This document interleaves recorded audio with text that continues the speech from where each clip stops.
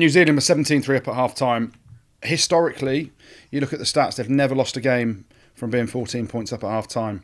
And I'll give Eddie Jones some credit now, because the way he prepped the team and what we put out there in the first half was shocking, and I hold him responsible for that as the coach. This is how I prepped the team, mate. Mate. But then half-time, whatever he said at half-time actually worked, because we came out in that second half, took it to the All Blacks, didn't get any points on the board, but we looked a hell of a lot better. And then All Blacks wrestled back control. The crossfield kick from Barrett to Caleb Clark and the offload to Rico Ioane. It just, they could have at times scored when they wanted. And their driving maul was imperious. They just took us to the cleaners. The scrum was great. And I watched it when Carl Sinclair and Ellis Genge and Luke Cowan-Dickey all get subbed off. And it's like there was a look from those boys, well, nothing we could do today. New Zealand are way better than us. Bring on Will Stewart, my old two meat pies. Bring on Mako Vunipola. Bring on David Ribbons. Bring on guys that haven't been... Mako's been coached by Eddie Jones a lot, but bring on these guys that haven't been in that environment a huge amount and haven't been first choice players. Ben Young's made a big difference as well when he came on. And Marcus Smith started playing the Marcus Smith way.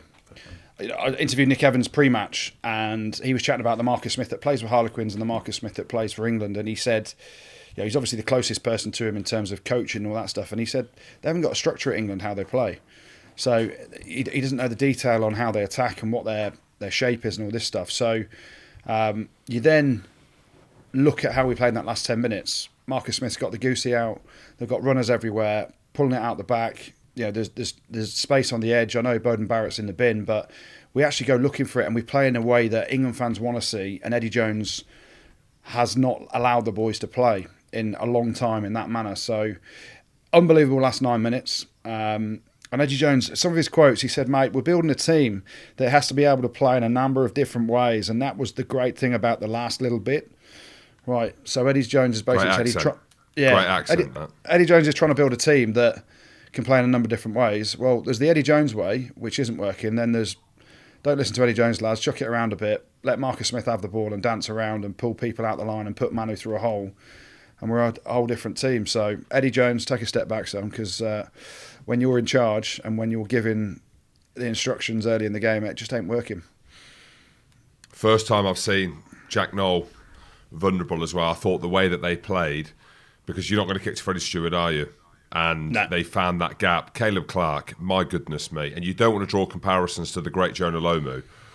I know the game's very different, but he plays identical to him, doesn't he, Andy Rowe? I'm looking at you because I know that you're a big fan of the All Blacks. But that space in that outside channel is cover tackles. I mean, we know that they are littered with unbelievable talent, but I thought that was the best they've looked in ages. What else did I get out of that game? Johnny May, when he wears a white jersey, he is, and not that I question why he's playing for England, but he's not played a lot, has he, for Gloucester this season? No.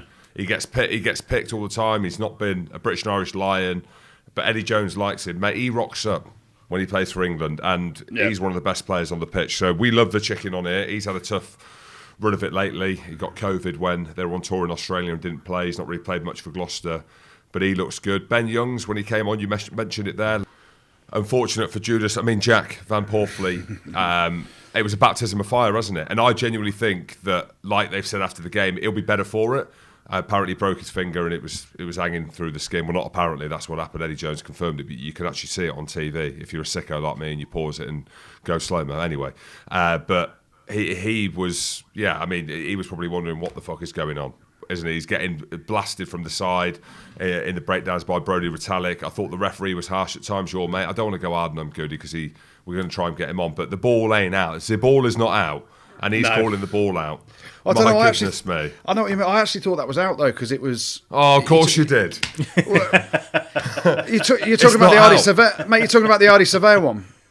It's not out. Yeah. I know he says it's out, but he says it's out. I think when you look at it from the view at the back of the ruck, we saw a clip on it when I watched it back, and I reckon it's clearly out.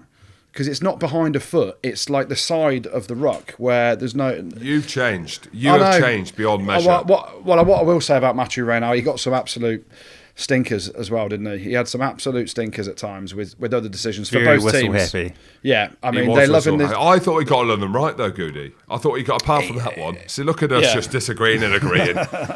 He did. I thought he got loads right. Yeah, he did.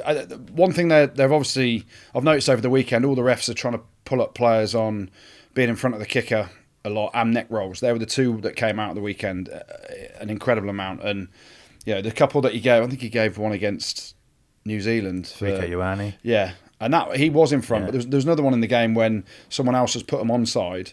But I think it was Aaron Smith's one as well. So yeah, listen, he didn't endear himself to all the English public. He's a French referee. He's my friend, so I can't go too hard on him now. But yeah, he didn't have his best game. What do you think England got wrong in those first sort of 70 minutes? Well, I say first 70 minutes. They batted away for quite a while. They were good for longer than that. But what do you think they got wrong at the start? Inaccurate breakdown. Now, we saw New Zealand last week. Actually, you look at all the games at the weekend. Teams have now found a way, or it's a genuine ploy, and the breakdown's always been a thing. But this weekend especially, you look at the breakdowns, it's just absolute carnage. And we mentioned Papa Lihi before. We mentioned Ardie Surveyor before. Just getting over ball, just slowing ball down. We didn't see Manu touch the ball much, did we? He didn't get any run up in space. Just had slow ball the whole time, didn't they? And we mentioned Jack Van Poortvliet at the base. They just couldn't get into any kind of rhythm at all. Yeah, and it is inaccuracy from England's part, but also you got to tip the slipper to New Zealand because, as Jim said, that's the best they've looked in quite some time. They dismantled Wales a few weeks back, especially in the second half. But starting a game, you knew there was obviously a lot of revenge in the chat around what happened in that semi-final back in 2019. So that was obviously a massive motivating factor for them. We don't play New Zealand that much. We played them in 2018 and it was 16-15. We played them this year and it's 25-all. We played them in the World Cup in 2019, but we don't play them that often. So obviously it brings the best out of New Zealand because it's HQ and they don't get the opportunity to come play here that much either. So they started the game exceptionally well. England were inaccurate. Like Curry missed a couple of tackles and I'm thinking, average, like real average from everyone. And then you flip it in that last sort of 10 minutes, Curry had two really important offloads and ball out the tackles that created space on the edge where things started to stick a bit more. And I don't know whether it's because they're chasing the game, the shackles are off. You got to credit New Zealand though. For that first half, they were, everything they'd planned, well coached, well drilled. You talk about tactically the kick-in battle where, they're doing the crossfield kicks away from Freddie Stewart because he is literally the best in the world under the high ball, isn't he, in terms of a fullback. So they were astute. They were strong, powerful at the breakdown. Papali, he read that intercept, and that's actually not Jack Van Poortvliet's fault for me. The intercept. No, if you look at the play, they go over the 15. Why you ever go over the 15 and then still go off the top? I've got no idea. So once the line out goes over the 15, that invites the defence to come up and fly up as fast as you want because the line out's over, right? So then he gets it off the top. Farrell's really flat. Obviously the play is constructed that way, but they've obviously not done it that much in training where you're understanding, you're playing against a defence that's going to come up hard because you've gone over that 15-metre line. It's a real shit play, to be honest, for them. And it starts with the line out going over the 15, which allows the defence to fly up and, Papa Lee read it like a book, didn't he? Sam Simmons at 6. How do you think he went there? Yeah, all right. Just all right. I don't know. He's a top player, without a doubt. And we said years ago he should be in the England squad or in there or thereabouts, especially when Billy was dropped and Alex Don Brandt was coming through. Simmons was probably the best number 8 at the time. But I think you look at what New Zealand offer in the back row. I think you look at what South Africa offer in the back row. Ireland, I'm not saying that Sam Simmons isn't up to that. I just don't think the balance looks quite right. And then when we mentioning Ben Erland, he's not in the squad. Zach Mercer played for the Barbarians at the weekend. I think it's the one position where they've put all the eggs in the basket of Tom Curry at 7, and you read some of the articles and the statements that are coming out of the England camp that he's one of the best rugby players in the world. He'd be able to play rugby league. He'd be able to do this and that. There's no doubt about it. He's a top class player. But you look at Papa Lihi, you look at Peter Steph Toy, you look at Michael Hooper, you look at these players, you look at the French back row, Olivon, like 6'5", 6'6", and Gregory Aldry. We're talking about England where they've got A plethora. That's a word, isn't it? I'm 40 years old. I can use that, can't I? Plethora, not a plethora. Plethora. We'll use the plethora. I'll stick with plethora. I've got a new word. I'm 40. They've got so many players that they can choose from. And I'm not saying that Sam Simmonds isn't that, but the fact that he's never really played six before and he's thrown in against the All Blacks. He was good, though. He was good. Yeah, But I personally don't like the balance. Yeah, the whole Sam Simmonds things. I thought you watch the game and you watch his energy and his work rate and his ball carries. You didn't see Billy carry that much at 8, but you saw Sam Simmonds putting himself out there to carry, and he gets banged around. He makes yards after contact, but like Jim said, there's some monsters out there as well, isn't there, in certain teams. Ben Earl, again, very similar player to Sam Simmonds in size and stature, power game, ripping it up in the Prem. How he's not involved. But we probably missed Courtney Laws, and that's, the one player that you look at who's a 6, who ticks a lot of boxes for Eddie Jones, the height, the line-out option, the size as well, in terms of physicality at the breakdown. And, I think the balance of it where what you get from Billy Vunipola, he's, an effort man, but not effort on effort. You pick out the times when he carries, so therefore you've got to have a couple of dogs as well. That Curry's the dog going out trying to smash around and get turnovers and his work rate, but then you've also got to have another ball carrier. I thought Sam Simmonds put a decent shift in without setting the world alight, but it's still, I'm with Jim, the balance still isn't quite right.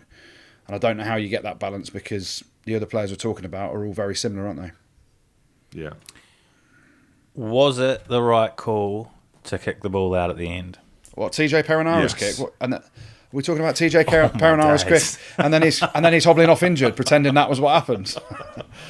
I mean, you're talking about Marcus Smith. Sorry, He has ruptured his Achilles. Though. Has No, he? he hasn't. Has he ruptured his Achilles? Has he? Yeah. He looked in agony. Yeah, Yeah. and that was from the And box that kick. explains why. Did he rupture it during that horrific kick, or was it subsequently he's realised it's a shit kick, he's chased it, and then he's ruptured his Achilles because of the shit kick?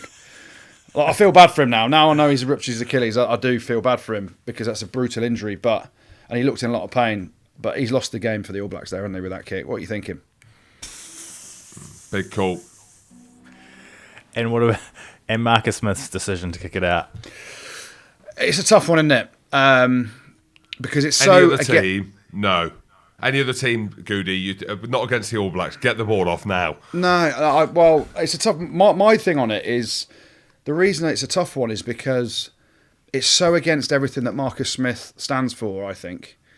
In terms of, he's got an attacking mindset. He wants to get the goosey out. He wants to go and win.